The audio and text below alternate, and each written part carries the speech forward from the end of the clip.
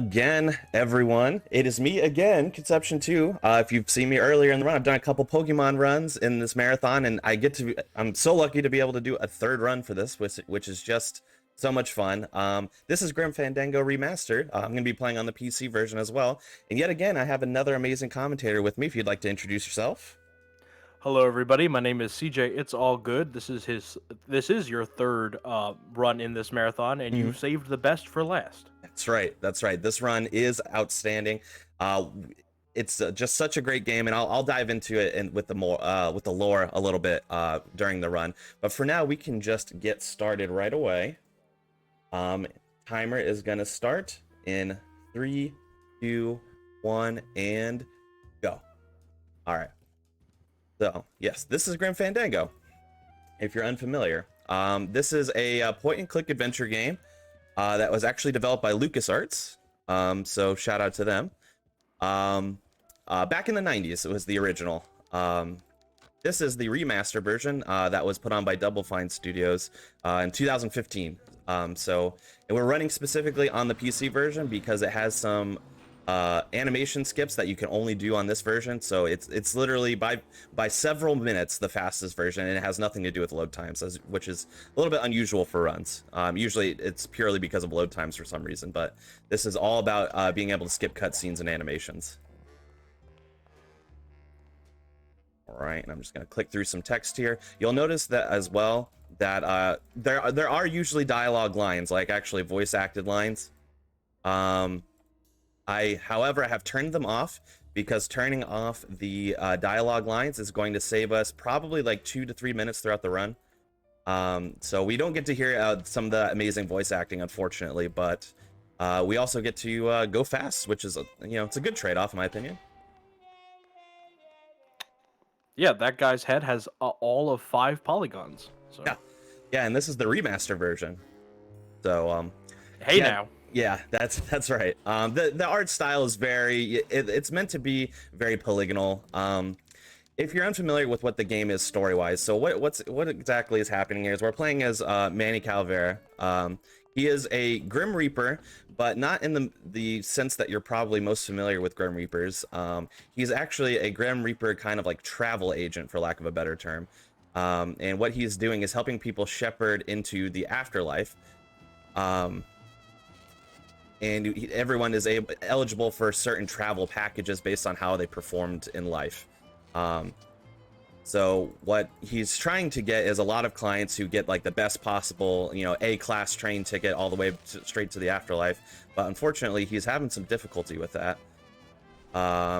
And every one of his clients, for some reason, is getting the worst package, which is basically walking for 4 straight years to the afterlife. Oops.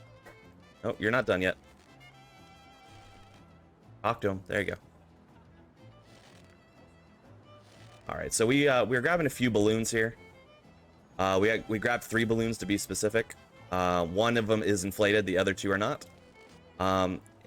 What goes into this run is essentially solving puzzles and getting through to the next areas as fast as possible with as few moments of backtracking as possible. So we're trying to accomplish everything that we pass by just once, but there is also some speed tech as well that we'll get into a little bit later. We've actually seen it a few things a couple times, but we'll get into it as it comes across. But right now we're just grabbing items in order to solve puzzles as fast as we can later on. I do love the warp halfway up the rope. That's yes, just like every place has it. Yeah, every workplace has it. All right, so we just snuck into the boss's office. He's got an automatic like messaging machine on his computer. We need to be able to change his message so that his secretary will be able to sign a work order for us so we can move on. Otherwise, he'll just say, "Go away, I'm busy." Something like that, and then he won't let us move on. One key piece of speed tech that's happening as well, by the way, is that on certain transitions, and unfortunately, I'm not able to do it when things are like doors are opening, but there are certain transitions that for some reason, there's a long animation where Manny has to like walk for a few seconds very slowly before I'm able to gain control. But if oh geez, come on. Mr. Calavera has Hold on, little crash here, but we got it. A little crash. There we go. There we go. Here we go. Back in business. Yep. Easy crashes. The game is relatively unstable, unfortunately. So sometimes it just bops right back to the. I run it in Steam Big Picture mode, because that's gives the audio the best quality. Weirdly, so sometimes it just bops immediately back to that based on your inputs and stuff like that. But that's all right. We got back. We're fine. Anyway, as I was saying, sometimes with animations, Manny will just walk very slowly, and that I won't gain control until after like a couple seconds, and then I'll eventually gain control. However, if I click on a transition point and then also use my WASD keys to tank through it, as I call it, then he will skip those animations and continue to walk forward instead of having to wait a couple seconds before forward, which is very key. Another key piece of speed tech here that we do is called gliding. So what we do, ideally in terms of inventory, so obviously we're holding a lot of different items right now. In terms of inventory, what happens is what you're meant to do is anytime you're meant to grab something from your inventory, Manny's supposed to stop, take it out, and then keep walking. However, if you are pressing on a transition point to run through it via clicking instead of being using your tank controls, then you will and then you try to use an item while attempting to transition. Instead, it will continue running and as if you're gliding on ice, and then the item will pop out of your inventory. Very interesting. We just filled 2 of the balloons with some packing material, by the way. Don't worry about it. We're just gonna shove it down the mail pipe here. Yeah, of course, there's nothing inappropriate about that purple balloon at all. Nope. It's just and nothing bad will happen from it. In terms of story, because I always like to delve back to the story in this game because it's an excellent story. So what is happening here is, as I mentioned, Manny keeps getting these bad cases, right? Like everyone is getting the terrible travel package, and he's not sure why. Especially when some people that he has taken care of are they're not like maybe not the best, but they're not living the worst life. So he's really confused as to why some of these people are getting the worst travel package. Come on, worst travel packages. So what he's doing, and he notices that his coworker Domino is getting a lot of clients that are getting the A-class package, that silver bullet train straight to the afterlife. And what he's going to do is he's going to try to steal his coworker's mail to see if he can get any clues as to why he's getting the better clients. Because he doesn't think it's fair. Which it isn't. He's right. Absolutely right. Yeah, bureaucracy is generally not fair. Yeah, exactly. So didn't you do something here with the fire extinguisher? Yes, so the fire extinguisher is going to be important for later, but there's actually quite a bit of a little bit of a animation skip that we do there as well. If we utilize the fire extinguisher and then put it away as we are walking towards the mail machine there, for some reason, I don't really know why, but it skips this whole animation sequence where the guy in there who's fixing the machine accidentally lights himself on fire. So it saves like 15 seconds, and I don't really know why. If you do it that way, it skips it, but it just does. So we just go with it. This is Salvador, and of course, naturally, as with every group, there's an underground resistance in the workplace. So Salvador helps breaks us out of this little place that we were captured in because our boss was unhappy with the mail situation. So he literally just locked us in a room, as one does. Work is fine. Everything is fine. I wouldn't want to be in that union. No, exactly. But luckily, Salvador from the underground resistance here breaks us out. And we're going to now help him because we are pretty sure things are crooked over here. And you know what? They'd be right. So we're going to grab this trophy this is actually Domino's office, so we're still trying to get some more clues here. But we're grabbing a few key items. One, we grabbed a trophy out of Domino's desk, and 2, we're going to grab his nasty mouth guard from his boxing. But that's going to be important for later. And our quest for the underground resistance in order to help them, right now, they need a way to communicate discreetly. So naturally, what they are leaning towards is pigeons. And you know, the old-fashioned, let's tie a note to a pigeon's leg and communicate that way. But they don't have any pigeons, so we're gonna go to the top of the roof here. And then we're going to get some pigeon eggs so we can raise them from scratch. And then teach them to send messages back and forth. Again, They're more corporate than. Oh, go ahead. no, I was gonna say again, as one does. That's all. As one does. Yeah. They're more corporate than they thought. They came up with a solution that they don't have a means to resolve. Yeah, It's exactly. like, wouldn't it be great if we had trained pigeons? It's like, yes. Do we have any? No. Oh, fair enough. might as well go wrangle up some pigeons then. Exactly. Yeah, and also very low tech solutions as well. Pretty standard corporate. So you remember I got an inflated balloon at the party earlier, and then I also got a loaf of bread, which combine those two things is going to attract the pigeons to the that bowl there, but also scare them away when they pop it by accident. Therefore, now their nest is unoccupied for me to grab some egg. 'Tis a fine place for a nest. Yep, exactly. All right. There's a part when we get to the Resistance. I have a criticism for LucasArts. A little bit of feedback. I know 1998 was a long time ago, but you know, if their feedback department's still open, I have some feedback. I'm sure. Yeah, I'm sure it's still open. It's probably warranted. There's an example They're of the accepting gliding. pigeons. Yep. Yeah, exactly. Yeah, pigeons only, skeletal pigeons specifically. Yeah, so you saw a little bit of the gliding there as I was crossing over to the room. Now we're taking the mouth guard, filling it with a substance called Philodent. And the reason why we're doing this is we're actually going to take an imprint of our teeth. Because you cannot access the computers in the system unless you can prove it's you via DNA. So, or not DNA, but like, you know, something specific, skeletal, you know, something that is specific to you. So luckily they have not erased Manny's accounts from the registration. So we could still get into the computers. Just need to get an imprint of our teeth. So we're going to give that to the Resistance so they can hack into the mainframe more or less. All right, here's my concern. Yes. Anyone that watches The Mandalorian, people were really mad about the space and the armor for the breasts.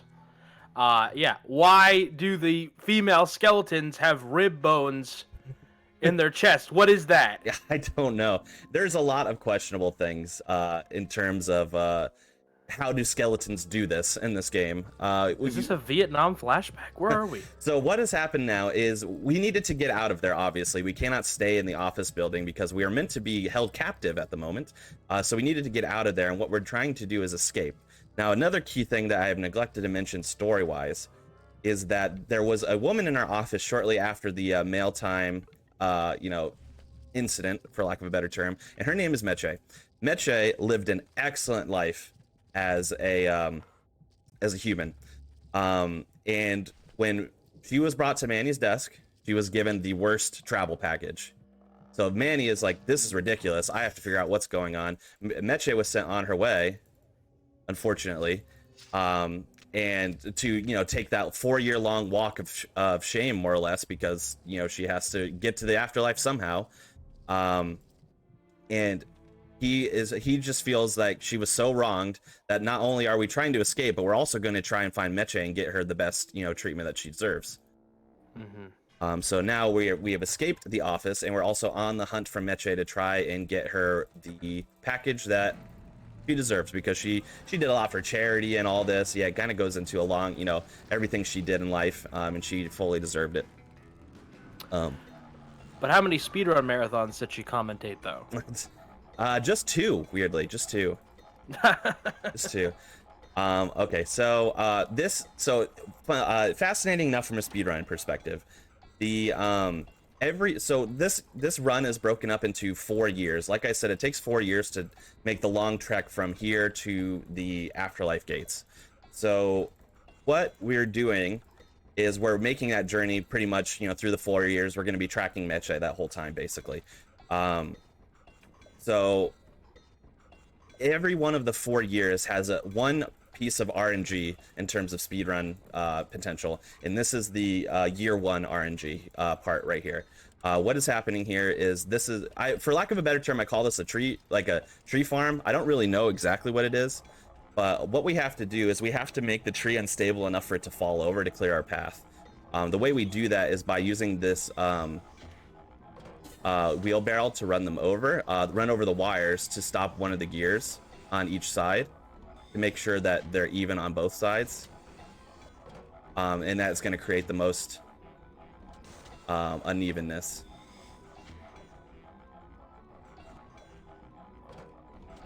And there we go. Took a little longer than I would have liked, so that was like pretty slow RNG. The cycles weren't really lining up well, but we got there. All right, so we take our rocket car over towards the sign, which if you have the eagle eye, you might have noticed that whenever we got the car moving again, our friend Glottis here, who is a demon, by the way, I kind of glossed over that. He's our friend, but he's a demon, which is why he looks a little bit different. He's not a skeleton. Our friend Glottis accidentally ran into that sign, loosening it up, which is great because we now have another puzzle to solve here. What is meant to happen at this part is that you're meant to place the sign all over the map until you find the exact spot that triggers the door opening.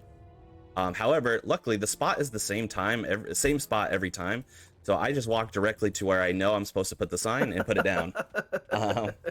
Yep. And then there you go. Speed tech. Game design. Yep. But yeah, ideally what happens in that puzzle, you place the sign, then the sign spins, telling you where you're supposed to put it next. You follow it, kind of in a straight line until, you overshoot it or you land directly on the spot, basically. Here's this gliding tech that I was mentioning as well. So I'm going to hammer through that transition. Now you can see I'm kind of like gliding through the ground here. And then instead of, having to stop to manage my inventory, it does it while I'm walking. So it saves me a lot of time over the run, especially in a inventory heavy speed run. So naturally, these are the flaming beavers. No better way to transition than say that. You might have noticed earlier I picked up so we had to pick up a few bones in order to solve a puzzle earlier. So I picked up 3 extra bones at that point, and that is because the flaming beavers here are very attracted to bones. They like to eat bones. So we're going to throw them in this I believe it's like a river of oil, if I'm not mistaken. I could be. I always forget what the material is made of, like if it's oil or whatever, tar. It might be tar, actually. That kind of makes more sense. So we throw the bone in the tar. We pull out the fire extinguisher from earlier. As they're jumping in to try and grab the bone, we're going to extinguish them. Otherwise, we won't be able to get by. Mm-hmm. As you saw when Manny tried to encounter them the first time, they just chased him away. So we got to be able to extinguish them and get around them. The last bone here. It does appear that they use the bones for their dam. Mm-hmm.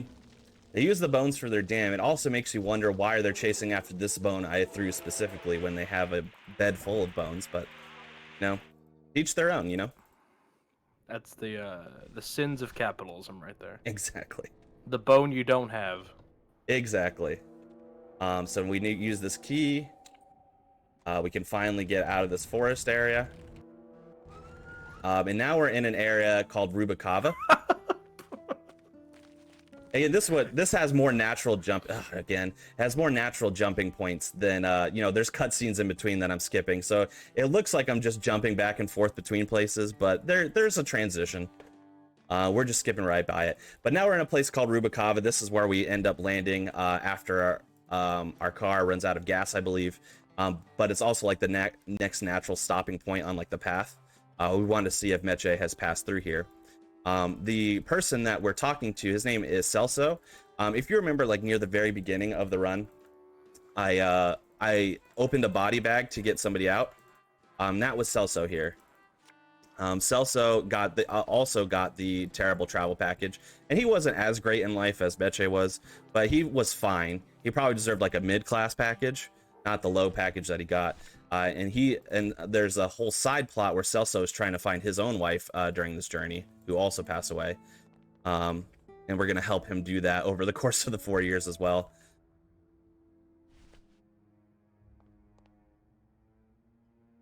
All right. But basically, we're about to be done with year 1. This is the last few seconds of year 1, actually. So year 1 is like medium in length in terms of the speed run. Year 2 is the longest, but year 3 is the shortest, and then year 4 is roughly the same length as year 1. So they're just to give you a reference of length.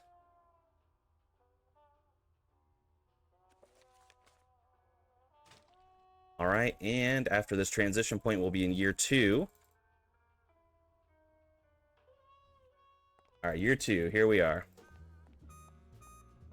So this is the same area we were just in, Rubikava. However, it's been a whole year that since we had seen Manny. He stopped here basically just hoping that thinking that we have passed Meche and we're waiting for her to show up. In the meantime, he's kind of made a career for himself here. He turned this little cafe into a mini casino. He's just kind of waited and made it like a more of a tourist attraction, so people will be more inclined to come by.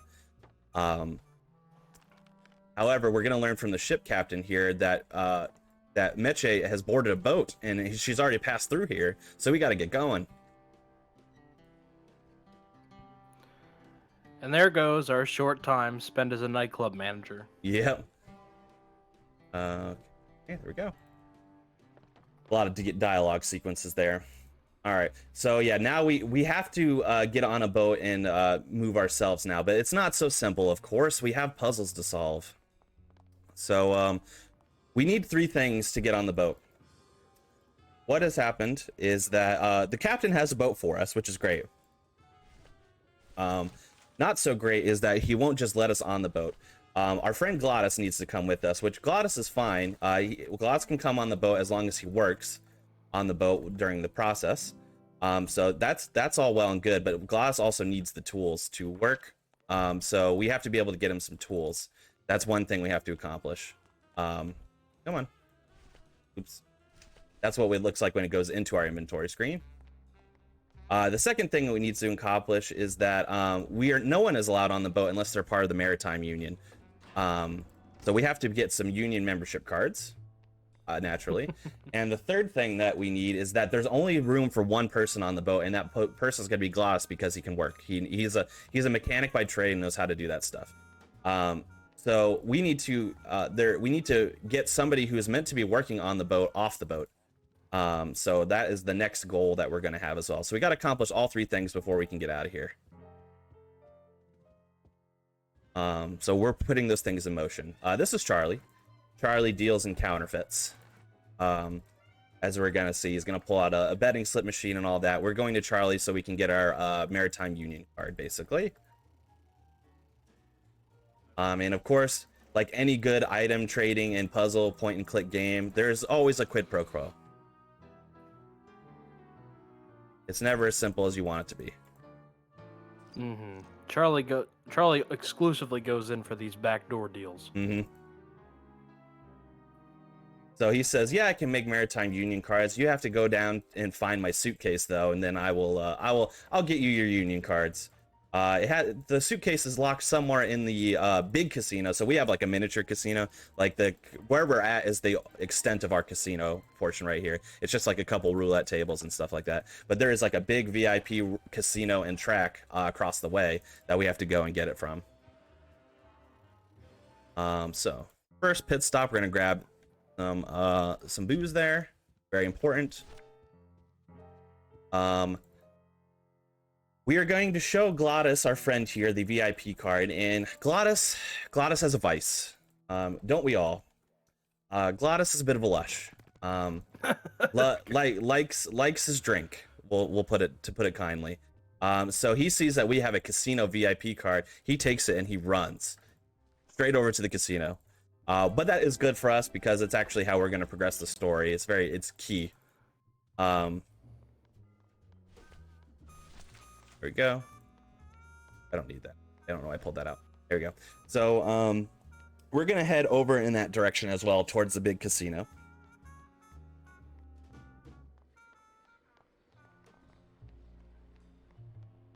And yeah, just some walking points here. So there's not too much tech to explain or story to explain.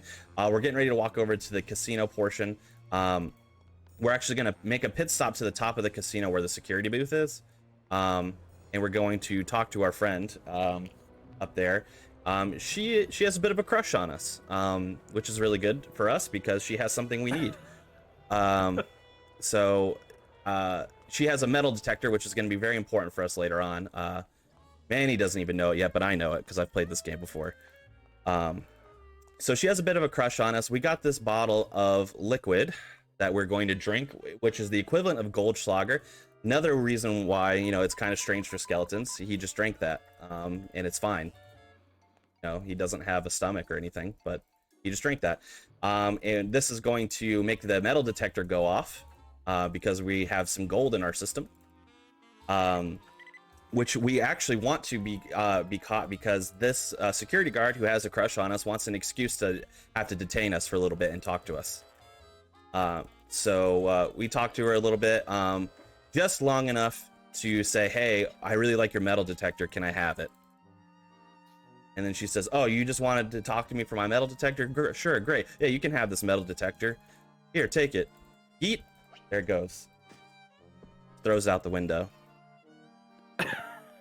The things we do for maritime union ship membership. Yeah, exactly. I think that's very relatable. It's better than the travel agent union. We were like on the side of a building. Yeah, exactly. We were climbing up ropes and stuff. We got locked in a closet for breaking the mail system accidentally. And justly. Yeah, justly for sure. Accidentally, not so much. That's not going to hold up. Come on. That's a weird I get to have my union rep here with me. Yeah, exactly. So yeah, she threw it out the window, and so I mentioned a big time casino and track, right? Now the track is true. It is a track. It's just not a track that you would think. You know, you might think racing horses or racing dogs, but this one has racing giant cats, and this is where their food and litter boxes. So this is, of course, exactly where our metal detector landed. So we have to use our scythe in order to get the metal detector to beep so we could find out where it was and then hook it out of the kitty litter with the scythe. So now we got the metal detector. Oh, Carla, you card. Yep. And now we can go into our VIP High Rollers Lounge area. You can see Glottis up at the top there. And then this specific scene is a great example as to why we don't have voice lines anymore. This cutscene is unskippable, and I cannot skip through the text like I normally do. I just have to let this happen. If I had voice lines active, I would have to wait until the voice lines finished playing before the text would move on. However, since I've taken the voice lines off, it just has to show on the screen and then clear. So in this unskippable conversation, it saves 30 seconds alone to not have voice lines on. So it's very, very important. And then there's a few things like that throughout the run, but this is the key point. We have 2 conversations with this individual named Nick that are unskippable. I don't know if there's a in-game reason for why some skeletons are trying to go to the afterlife and some are just chilling. So that's an interesting question. So for example, now I don't know how it works with everybody, but Manny, the character we play as, is somebody who wants to move on to the afterlife. And how it works for a lot of people who don't get like the great packages, they kind of have to work their way up. They have to get enough money or get enough, you know, like good karma, for lack of a better term. I don't know what else you would call it. In order for them to be able, you know, earn it up and move on, which is exactly what Manny has been trying to do at the travel agency, but he can't advance because he is getting all these, you know, these lower travel packages. So he's trying to figure out, not only for the good people in the world, but for himself so he can move on his own to the afterlife. Now I don't know for people like Nick, who is kind of like one of those scumbag mob lawyer kind of types. I don't know if like he just likes hanging around here. He has no intention of ever crossing over. But Manny does. Manny for sure does. So I'm not exactly sure the lore of the side characters, but people are trying to get out, generally speaking. All right, so we're gonna open that, which triggers a cycle sequence basically. And we're going to grab this turkey baster, which will be important for later. Now, we just have to wait here for a second. I mentioned before, Glottis is lush. So he is driving this waiter wild because he keeps ordering drinks. So here's the waiter. We are in this poor waiter who's already had a hard enough day. We're actually going to lock him in. Lock him in this closet so that he cannot give drinks to Glottis anymore. And that is very important. We just skipped a cutscene, but what happened in that cutscene was that Glottis is starting to get mad, and he just comes in on his own to chug straight from this cask. Because he's like, I'm not waiting for no waiter. I'm just going to drink from the cask. So we're going to, now that it's empty, we're actually going to open the top with the can opener that we got and get in, so that when the monster who puts empty casks down here in storage will bring us down here, because spoiler alert, this is where Charlie's suitcase is. So we had to get down here somehow, and we had to get down here in a sneaky way, so we hid in an empty cask. Now I'm gonna focus on this for a bit because it's actually somewhat precise. So you can see we're in a forklift here. And now the suitcase is in a hidden room halfway up this elevator. So I have to use the forklift in order to jam the elevator. But I can only do it when the forklift is moving up. It doesn't work when it's moving back down. So I have to be very precise to make sure I hit this, or else we're going to lose a bunch of time. So hold on. There we go. Good. Hey! There we go. So yeah, because if it's moving down, it doesn't jam open. It just doesn't work. So now we're going to use the forklift here to open up the pathway. And this secret room is where Charlie's suitcase is being. And he opens the suitcase out of obviously morbid curiosity, because what is in here that Charlie is so passionate about. And what is in this suitcase is a suitcase full of Class A tickets to the afterlife. Again, that is the highest travel package there is, and Class A tickets is literally, I said silver bullet train to the afterlife. That's not a euphemism. It's an actual bullet train to the afterlife. So you go from point A through the gates, basically. The highest class luxury way to take. Again, this was in the 90s, so trains were more of a thing back then, I guess. So don't throw shade on Amtrak, man. Come on. Yeah, I don't want to lose that Amtrak sponsorship. So we're highly suspicious now. Charlie is not a good person. He just pulled a gun on us, so that's not what good people do. So how does he have a suitcase full of tickets? Not to mention, anyone is only supposed to have one of anything. So it's not like he should have multiples. It doesn't even make sense. Yeah, talk to our main squeeze here. Yep. So that the cutscene that was unskippable with Nick, the scumbag mobster lawyer guy. I think the reason why that's unskippable is because you see during the cutscene, he has a cigarette case and a key falls out of it, very clumsily, obviously. However, when we pick up the cigarette case after he leaves, we can't get the key out. It's like behind a locked compartment. We don't know how to get it out. So naturally, we take it to our security guard friend, who has this built-in bomb shelter thing, and she explodes the case, again, as one does. And now we have the key. I do have a pressing question from the chat. I have the please, same question. Quo says, why is he going to try to shoot the skeleton? You're already dead. There's nothing that could compel you to do anything else. You're dead. Dead. Does he get reset back to the travel agency? No, but there is a lore specific in-game mechanic as to why this is fine. It'll come way more into play later on, but there is a way for skeletons to die, and like actually be dead. So we're just kind of dead.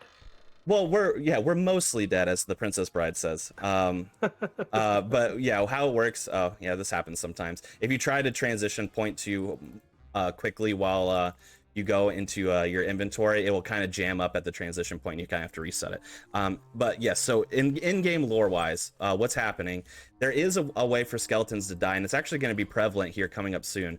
There is a fertilizer, for lack of a better term, or something that reacts with bones, a material that reacts with bones, but it also has something to do with plants. For lack of a better term. So instead of having bullets in those guns, they're like fertilizer bullets. And what happens when when skeletons are shot with it specifically is that they turn into like these bush things. We're actually going to see it at the end of year 2. So and then they're no longer able to move or function. So they I think they lose consciousness. That's not really clear to me if they lose consciousness or not. But they don't have the ability to like live anymore. And we'll see what that looks like here at the end of this end of this year, because we're gonna see 2 bodies who have went under that same fate, unfortunately. So we're gonna walk across a field full of trees and bushes and be like, ah, damn. yeah, all those bodies. Yeah. Gary Jules' Mad World plays in the background. Yep. Exactly. All around me are familiar skeletal bodies. Worn out bushes. Yeah, worn out bushes. All right. So we skipped it via cutscene, but we actually one of our friends there we found her dying actually from that same deal. So well, that's fine. I can do it here. She was shot by one of those like fertilizer bullets, and she was starting to turn into a bush, but she was able to give us this this coat check card before she died. And now this gives us, you know, it kind of leads us on a series of clues here. So now from the coat check, we pull out this coat, and now we have a card that says the rusty anchor, and it appears to me to be like a tattoo design on the card. So now we're gonna go to the tattoo shop and figure out what's going on with that. Go ahead, Manny. You got this. I believe in you, Manny. All right. So so yeah, that's yeah, for the lore reasons. So skeletons can die. There is a way for them to mortally go. Now, do I know if there is a way for everything to die? Because again, it's not just skeletons here, right? We've seen all kinds of other creatures. So I don't know if, you know, demons or anything like that are able to die in this version of the afterlife or not. Questions on questions. And we went through all this to get our Maritime Union card? So in we have the Maritime Union card now. So Charlie, even though he stuck a gun at us there, he did give us the Maritime Union card. So that is done. But remember, we have 3 steps that we have to accomplish here. Maritime Union card is just one of them. So we have. Yeah. He's a dishonorable man. Yeah. He stuck a dirt gun in our face. Yeah. With the intent of turning us into a bush. Yep. But you know, he is eyeing the afterlife, so he did fulfill his end of the bargain. Yeah, exactly. He did give us the card. He's a bad guy, but he's not a dishonorable one. He's still gonna fulfill his end of the bargain. Now, yeah, as I was saying, there's 3 steps that we have to do to get by year 2. Maritime Union card is one of them. Check, we're done. The second one was we have to get Glottis tools so that he can work on the ship, which we have put into motion but is not yet done. The way we put that into motion is that the worker bees who work on the docks, we've actually gotten them so far to unionize and go on strike. However, this in the thought that, you know, they're going on strike, they're not going to work, they don't need their tools. However, this place is corrupt and unjust, and they were jailed for unionizing. So we don't have their tools because they're in jail. So we have to get them out of jail still. Got to break them out of the hoosecow. Yeah. Exactly. The Old Bailey.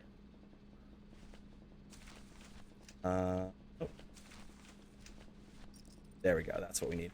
So that's the only time we have to go inside of our inventory, really, because most of so how I navigate my inventory quickly is I use the number keys and the number associated with that individual item. When I press, like, for example, 8, it will take out the 8th item in my inventory. However, I have more than 9 items in my inventory right now. It's the only time in the run I will. So I actually had to go in my inventory in order to take out the item that I need. The only time I have to do this. And then now we get a visual glitch where Mandy's head disappears for no reason. Happens every time, and I don't know why. Only happens when I'm speedrunning it, though. It does not happen like when I play casually or anything like that. It didn't happen then, but it happened when I'm speedrunning it. So I don't know what about, you know, my routing or whatever makes that happen. So near the beginning, when we first talked to Charlie, we confiscated a fake betting slip printing machine off of him. And now through the lore of the run, you would figure out what exact date we're meant to match in order to produce the betting slip that we need. However, again, it's the same every time, so I just punch in the numbers and the date that I know it's supposed to be, and then I print the slip, which is what I'm going to do and grab it up here. It produces a envelope that instead of money, which is what it normally should have, it has a scandalous picture in there that is going to be useful for us to blackmail Nick the lawyer, and Nick the lawyer is going to then get our worker bees out of prison, thus freeing their tools and thus being able to get Glottis to work on the ship. So that will check mark number 2. That Nick the lawyer was it was a picture of him with a bunch of bushes. Something like that. It was him smooching on the mob boss's wife, I think. Okay, I think is what it was. You know? Yep. Can't be doing that, Nick. Yep. So now we show him this. And you passed the bar? Yep, I guess so. The skeletal bar. I would tell you, so, yeah, a young man unjustly in prison. So that's the worker bee guy right there. He's out of prison. We get his tools. That's 2 of 3 conditions met. Now we actually put the 3rd condition in place as well while we were in the tattoo shop, which you might have noticed. There was a sailor guy in there that we put some nasty water into his drink, and he drank it and passed out and is laying down in the tattoo parlor. And that sailor guy is who we're trying to not have show up for work so we can have passage on the ship. However, the tattoo guy called the ship captain and said, "Hey, I have your boy here. He's passed out drunk. I'll make sure he shows up for work on time." So that's not enough, because as of right now, we still think that he's going to show up for the captain rather still thinks he's going to show up for work. So we have to go one step further, and we have to convince the ship captain that he's dead. So these are the skeletal bodies when shot with that fertilizer ammunition. So this is what it looks like. Aww. Now, they kind of turn into this floral arrangement, for lack of a better term. That's something. Yep. That's definitely the Fandango part of this game, I guess. I don't know. Yeah, exactly. So yeah, we have to go one step further, and we have to have the captain think that sailor, his name is Naranja, by the way, that sailor Naranja is not only not going to show up for work, that he's dead, so he never will show up for work again. So the way we do that is when he was passed out, we grabbed his dog tags, and then we gave the metal detector to the mortician here. And then while his back was turned, quote unquote, because we actually get it right on the, it's such a tight cycle. We get it as he's turning. While his back is turned, though, we throw the dog tags on one of the bodies, and then he uses the metal detector to find the dog tags.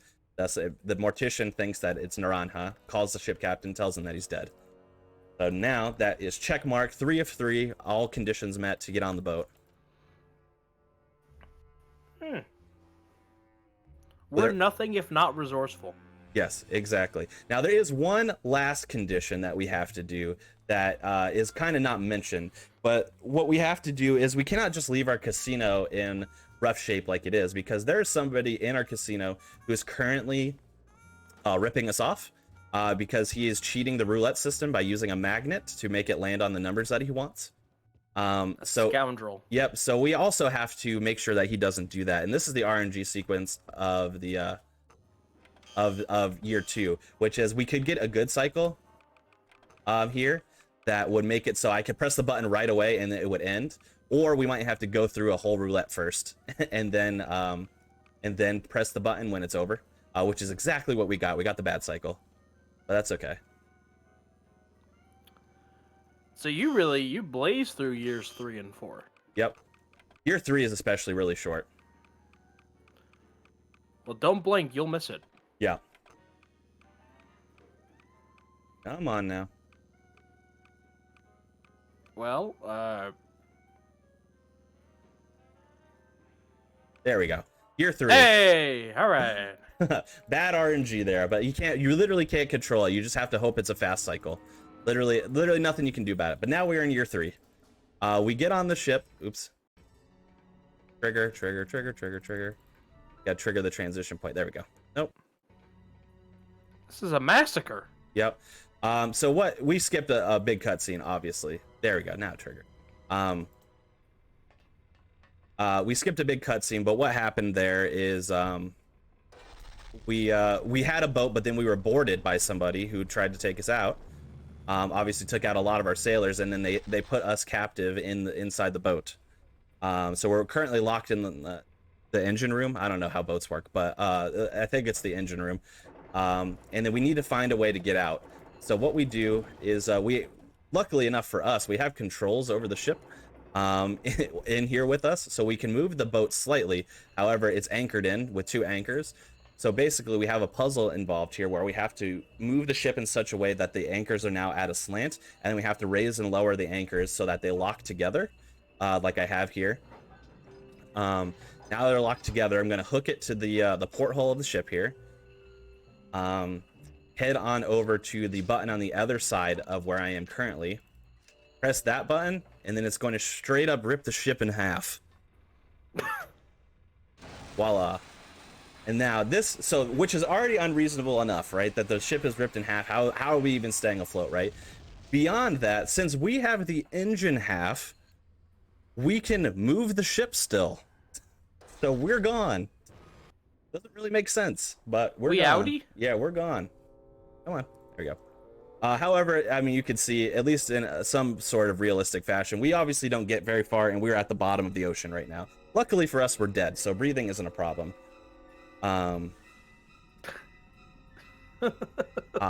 we cannot, as you're about to see, we cannot just navigate our way into the dark ocean because there's all kinds of creatures around.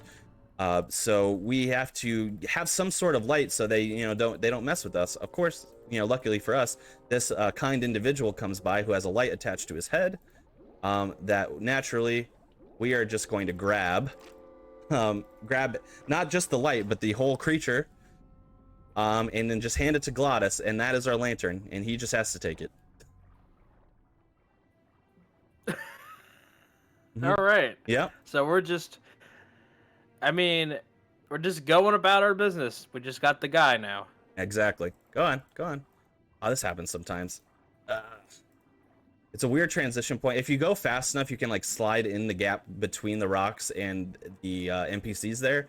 However, I guess I didn't move fast enough. Occasionally it just kind of jams up there, and I can't go by them that way. I have to walk all the way around them. They'll waste a little time, but it's not a big deal. A couple seconds.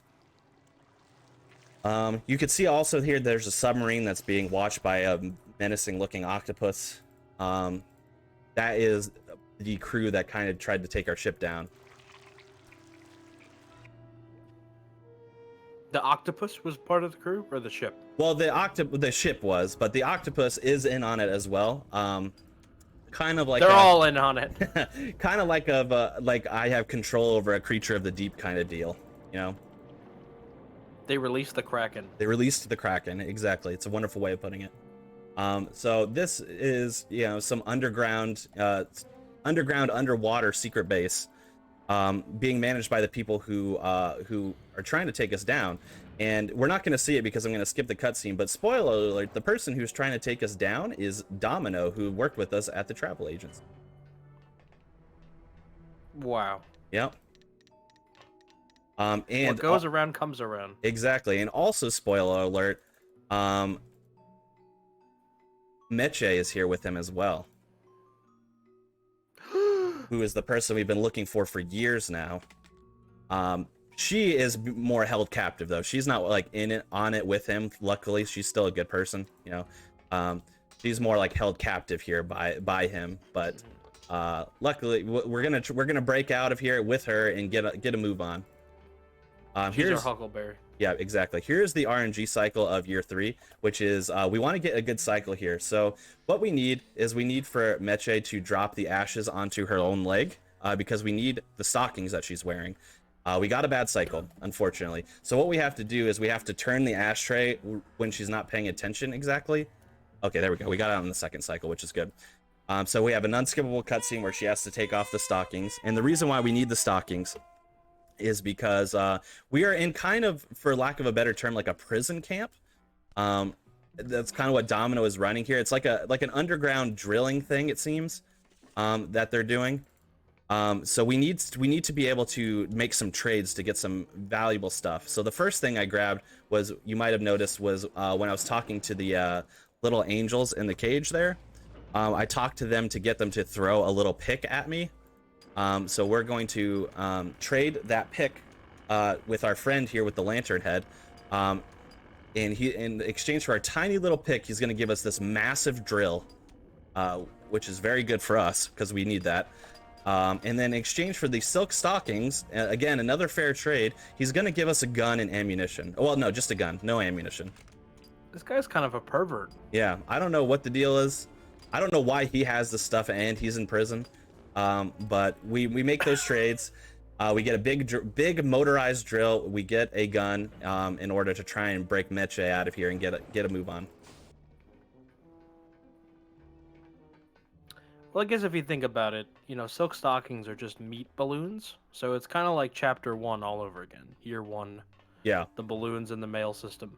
It all comes full circle. Yeah. So we pull out our drill. Right now, we try to get that done, but we're caught by Domino. And he throws Meche in this locked vault, so we got to break her out. Naturally. So now there's a little puzzle here. So we kind of drill over where the gears of the lock are. That's not gonna be enough. And then we have to make it so the gears all have the gap on the side of the door. You can kind of see how I'm kind of lining up a gap on one side there. And the reason why we need a gap is we're going to use our scythe and slide it in there so that they stay in place, and then we can open the door that way. Voila. Like a little pick. There you go. Yep, exactly. So then we hop in. Unfortunately, as we're about to see, the only Meche is behind another trapped door, so we have to close the door in order to progress. So we lock ourselves in as a result. So now we are locked in here as well, which seems counterproductive, but we are able to find Meche.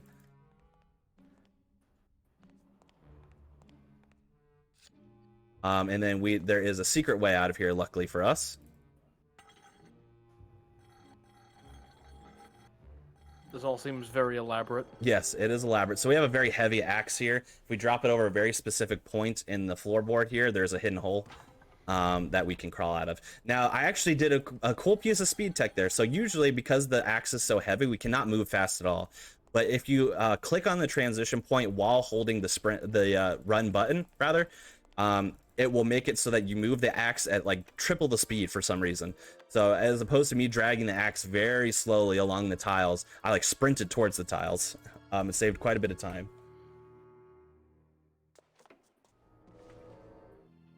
So now we have Meche out here, but we still need a way to get off the island. So Meche is saved. She's gonna wait. She's gonna wait here until we get a boat. And luckily, I know because I played this game where a boat is. Now, in terms of the lore, something has also happened in one of the cutscenes, which is that Domino kind of throws Glottis off the edge of a cliff. We think at this point in the story, we actually think Glottis is dead. Luckily for us, that's not the case. When Glottis was thrown off the cliff, he actually was thrown onto like the broken hull of a boat as well. So he needs some materials in order to repair that boat so he can get off. So we're going to help him with that by getting him some materials he needs, namely these spinning grinders, which is going to help with our motor, as well as the ability to yank the boat up from the side of the cliff so we can get it over to the shore, basically. So you'll have to trust me. I used the drill to disconnect the bucket and the chain, but I skipped the animation so we never see them separate. But you're just gonna have to believe me that they're separated. Trust me, I wouldn't lie. You're a very honest man. Exactly. So now we get the gears out, so Glottis will be able to repair the ship, and then we move the crane all the way over here, so that the chain falls near where this like current is, for lack of a better term. And then now we're going to slowly make our way down. For some reason, you cannot run here. You have to walk. It drives me nuts because it's such a slow animation. But you have to walk here. And then we're going to pull this lever to change the current a few times. So now the chain is like going down the shaft. And it's going to go all the way to the end where you can conveniently see an anchor is. And then we're going to reverse the current again so the chain gets all knotted up. We're going to reverse the current a third time so the knotted up chain moves forward and hooks around conveniently around the the anchor there, and also conveniently that anchor is attached to the boat that we're trying to repair to get out. So we gave Glottis the pieces he needs, and in addition to that, we got the ability to yank the boat up onto shore. So now we're just going to use the crane. Up we go. So now we got Glottis, we got the boat. Now the last thing we need to do is defeat Domino on the ship, and that's the end of year 3. And now we're on to year 4. We're actually directly at the gates to the afterlife here, but they won't let us through because we don't have tickets. So we did all this. Yep. No ticket. Well, so the thought being was that we were trying to convince the people who lord over the gates that there's corruption here, and they do believe us, but they are still bound by some law and to say that, hey, we can't let people through here unless they have a ticket to do so. So we weren't able to convince them otherwise. So unfortunately, we're gonna have to do a little bit of backtracking to get tickets for us. Glottis is a little bit out right now, but that's fine. We're gonna get him in good shape in no time. First, we need some rocket fuel in order to propel us in our little car here. But we don't have the proper fuel. They're working on it, this little train car thing, for lack of a better term, but they don't have the fuel they need. But I am luckily going to introduce them to the fuel they need. This is a callback all the way to year 1. I filled up those balloons and threw them in the mail chute, and they're full of a packing material, and the packing material is used to fill up coffins so that bones can be transported over to the travel agencies. However, we find out that they're highly combustible. So when we went down and looked at one of the coffins earlier, at the beginning of year 4, I took a coffee mug that was left in there that had a bunch of the material in it, and then I put it next to a toaster that I then put a cloth that was covered in gasoline in, and then the fire combined with that material made a rocket sensation, which the people who are working on the little ship there were like, okay, that's it, that's what we need. So now we had the rocket fuel, but then we got stopped back in Rubikava. Throwback to when we were here in year 2. Throwing it way back. Throwing it way back. Way back. Luckily for us, Rubikava is like by far the biggest map that we had to deal with as well. I mean, you kind of saw it when I was running. I was all over the place, a lot of different areas. But a lot of areas are closed off this time around, so it's pretty linear as to the places we need to go, which is more useful for, going fast. So we head into the tattoo parlor. We go into his cabinet while he's asleep and grab some liquid nitrogen, which will be important for later. And right now we're trying to break out the rocket car that we used to get to Rubikava in the first place, so that we can get all the way back to the office where we worked in order to get the tickets that we need to get by. However, the rocket car that we used to get here is currently trapped. Basically what's set up is that for some reason they line it with dominoes all the way to like a dynamite based trap. So if we trip a domino trying to get over to the rocket car,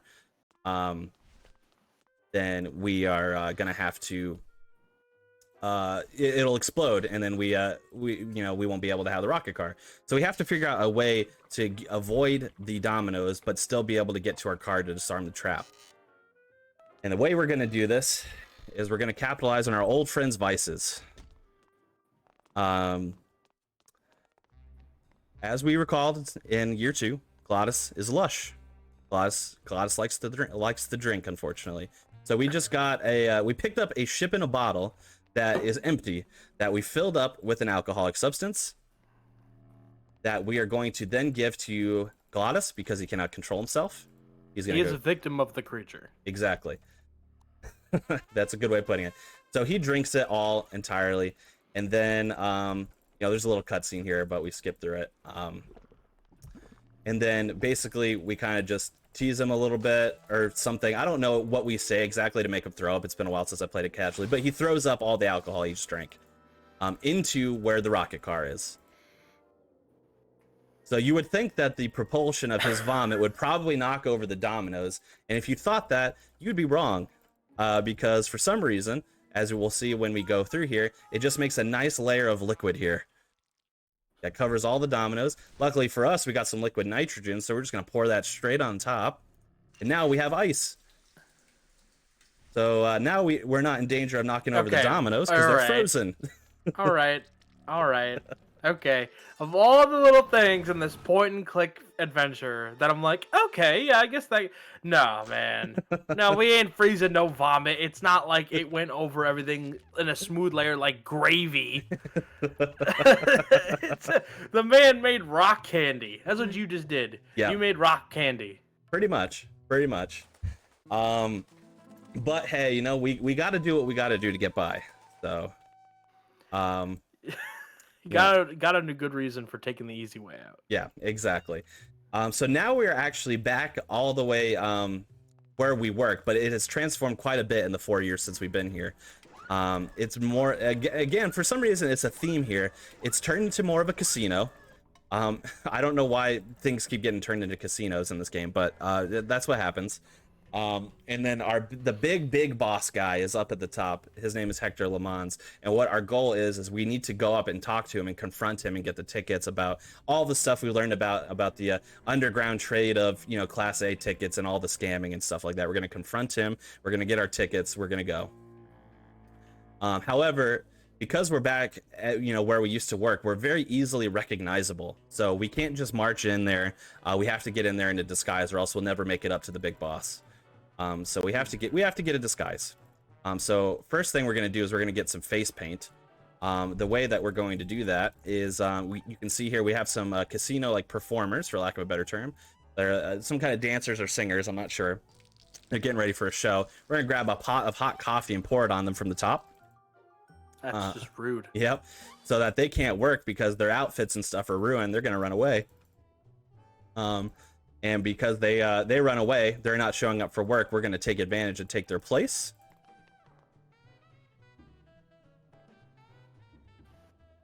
And we're going to come out of this doorway, and now we got the makeup. So that helps with our face, but we're not done yet in terms of the disguise, because we still don't have fancy enough clothes to be going to talk to the big boss. You know, we're still in just like a coat or whatever. Not fancy enough. I would not pay to see that man dance. Yeah, exactly. So we need to get a nice suit and stuff, but that's going to come a little bit later. One thing you might be wondering is because I have a skull in some sort of like can, right? Not a skull, rather a skeletal hand, I should say, in a can. While we were talking at the beginning of this segment of year 4. There was unfortunately there was a dead body in the underground portion. You saw the bush. However, we were able to salvage the person's hand. It was not overtaken by the bushes, so we grabbed it, and now we've put it inside of a grinder. And what we're going to do is, as I mentioned before, the fertilizer reacts very strongly to bones, so we're going to act in reverse. We're basically what we're meant to do in the run here, in the casual play, is that we're meant to try to follow a track of the fertilizer juice all the way over to the florist. However, if you know what you're doing, all you can do is go directly to the end, and then just use it once, and then you'll find out what you need to do, as opposed to having to follow a long path and get all the way there. As long as you go to the end, is fine. But the reason why we need to talk to the florist is he's kind of like the weapon supplier, if you will, because like I said, the fertilizer is the weapon in order to take down these skeletons. So naturally, the florist has a lot of the fertilizer. I see. So we have to go talk to the florist in order to get a weapon. He is underground here in like the sewer system, and there was this alligator in our way. So we defeat the alligator. Oop. No, we don't need to go back down. The way we defeat the alligator is we trick it to look the other way. Then we utilize the remote control hydraulics on the car in order to trap its tail so it can't move. Now, for some reason, the florist is scared right now. He thinks that somebody is after him. So he puts something over his little doorbell to know that he's not in business. He thinks anybody who goes in right now is an imposter. But what we do is we take the little covering off the bell, and then we just go back in, and then he's just like, oh, a customer. I don't know. It doesn't make sense. I don't really understand this part. But that's what happens. Then he's like, oh, customer, you want to buy a gun and some ammo? Sure, sounds good. We got a gun and some ammo. Another head disappearing glitch there for a second for some reason. Again, I don't know why. Voila. His eyes are so tiny in proportion to the rest of his head that it makes me laugh. Glottis, right? Yes. Yeah, yeah. Glottis is a fun creature. So I highly suggest everyone play this game to really capture what the story is about, but also like to get the voice lines, because there is some really quality. There's a lot of quality voice acting in here, a lot of funny moments. It's just a really good game. So definitely, it's on sale a lot, you know, on Steam and stuff. It's really cheap. Oh, I didn't mean to go in the bathroom yet. That's fine. The inner machinations of Glottis's mind are an enigma. Exactly. So we're on the casino floor. That elevator leads up to the big boss himself, naturally, but we still are not dressed properly. So we need to get a good suit. So Meche is in disguise as this woman in green here, and this is actually Charlie, all the way back from your Rubicava. And what we're going to do is we're going to throw a blanket over Charlie, so he is a little bit confused at the moment. And then we also have another undercover guy that's part of the underground right here. And he doesn't really have a leg. He's a little... He's just a unique skeleton. I don't really know how else to put it. So what he's able to do is he's able to get into the slot machines in order to make them win. He doesn't really have like legs, I guess. So he gets inside the slot machine, makes the numbers pop up so that, you know, all the coins fall out. By the time that Charlie takes the blanket off, he's going to see that, oh man, I won. I won big. So it's time to go because I got my money. And they're heading on over to a toga party, which is why there's a blanket. It's not just, hey, I'm conveniently carrying a blanket for you to be covered. That blanket is meant to be the toga for the toga party. But he won't go to the toga party until he wins big. So now he won big, time to go to the party. And naturally, like anyone does when they're changing for something in a public place, they just leave their other clothes behind. So we're he changes into the toga for the toga party. Luckily enough for us, he left his fancy suit. So now we got our makeup, we got our fancy suit. We're looking good. Now I'm gonna be silent right now because this is the RNG moment of 4, and it requires a lot of focus. So 1 second. I believe in you.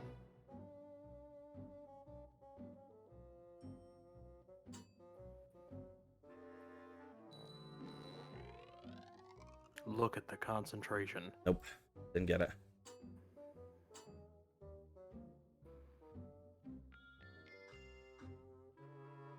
Okay, so I didn't get a fast cycle. It's actually really difficult. So what happens there? The RNG cycle of year 4 is based on the doorman there will not let us through unless we can answer a question that we know about Hector Le Mans. And the answer to the question is always a number. So it'll be like, you know, I don't know. There's all kinds of questions that you can ask. It's RNG every time. But the answer to the question will be on the bingo board that's behind us. So you look at first to see the numbers that are on there. And then when it cuts back to the bingo board, there will be a number that is either removed or added. It could be either. And then that number that is removed or added is the correct answer to the question. Now, there's the first time through it, there is a lot of numbers there, so it's really hard to detect which number it's supposed to be. I really tried to get it on the first one, but I got it wrong. I thought I had it right, but I got it wrong. And then I got it on the second one. The second time is significantly easier because there's only like 2 numbers. You know, it's a lot easier to detect. So that's the RNG sequence there. And the other factor of RNG in that part as well is that if the number that it happens to be, which is random at any time, is really high, so you know it could be anywhere from 1 to 32.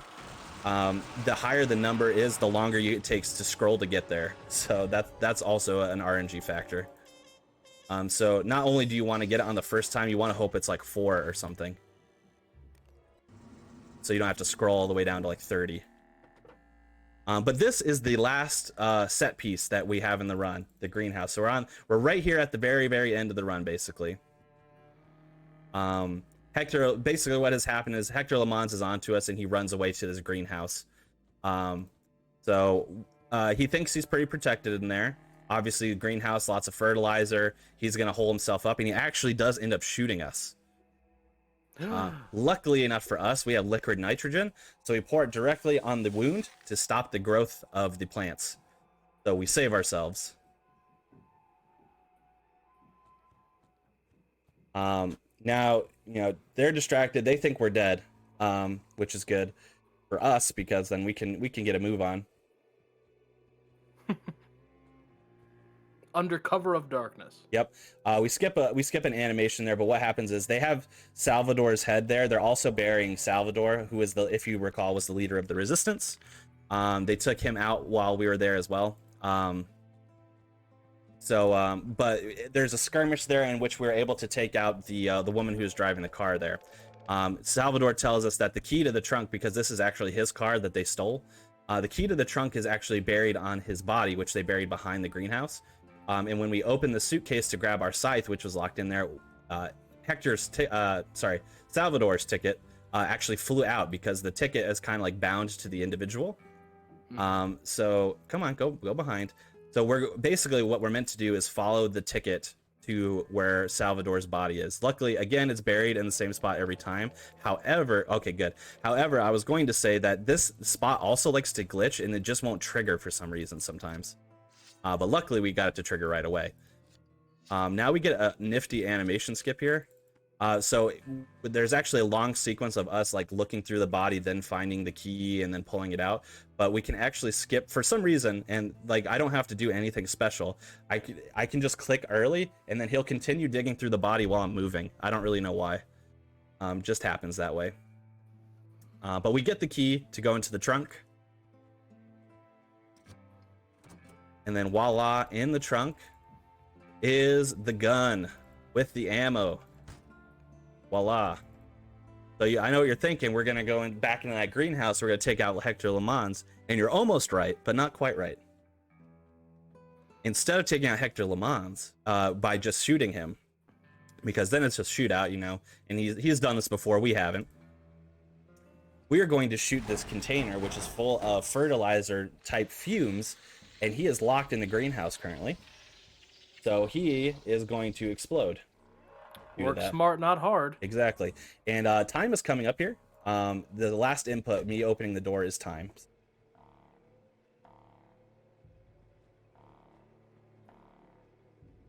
And time. There we are. And then you can kind of enjoy this little animation of what happens here, the little last minute cutscenes of what occurs. But yeah, that's Grim Fandango Remastered, you know, beginning to end. Thank you for watching. If you were sticking around through, I know this is a very goofy game, but it's a very fun game, and I swear if you play the story, it makes a lot more sense. It probably does it more justice to listen to it. But just a couple of shout outs as well. Thank you so much to GSA staff and you know, all of the crew here for having me on. I got to do 3 runs for this event, which is just incredible. So I really appreciate you guys having me on here, trying to help raise some money for a good cause, obviously, as well. So I appreciate being part of this in a significant way, like I have been. I wanted to shout out a couple of organizations I work with, which are Venatio Esports as well as EOQ Esports, which I'm wearing their jersey now. So thank you guys for assisting me. I wanted to shout out my commentator CJ. Thank you for being here and bantering with me a little bit. Thank you for having me. I appreciate it. Always fun. Glad we got to do one. Yeah, glad we got to do one for sure. If you have any shout outs, you want to shout out anything? Actually, you and I just did a podcast not that long ago on a Speedrun Insider. So if you want to hear more about Konception, you can go listen to that. It's on YouTube, Spotify, Amazon, Google, all the podcast places. Yeah, and then there's a lot of other great speedrunners on there as well. So it's a really great series that I've been working through as well. So definitely give that a listen. But yeah, other than that, thank you guys for watching. Continue to stick around for the rest of the marathon. We got some great runs coming up, and get that money in for a great cause.